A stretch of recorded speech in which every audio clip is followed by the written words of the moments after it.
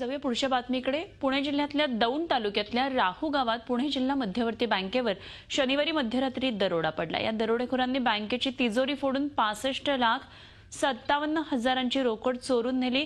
बँकेच्या मागच्या बाजूच्या खिडकीचे गज कापून 4 दरोडेखोरांनी बँकेत प्रवेश केला आणि ड्युटीवर असलेल्या सुरक्षा रक्षकांना मारहाण करून त्यांना बांधून ठेवलं। महत्त्वाचं म्हणजे चोरी आधी सीसीटीव्हीचे कॅमेरे चोरट्यांनी दुसरीकडे वळवले आणि एवढंच नव्हे तर सीसीटीव्ही फुटेजची हार्ड डिस्क काढून घेतली।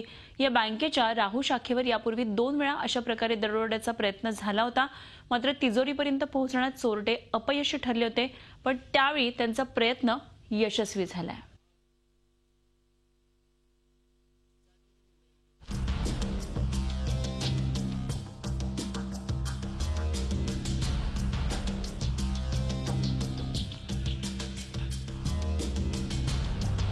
पुणे जिल्ह्यातल्या दौंड इथल्या राहू गावातली ही घटना आहे।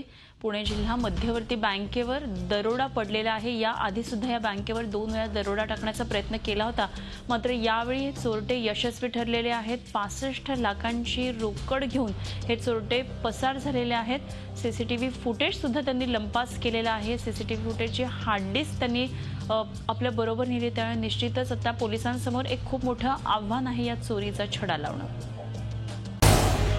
झी 24 तास रहा एक पाऊल पुढे।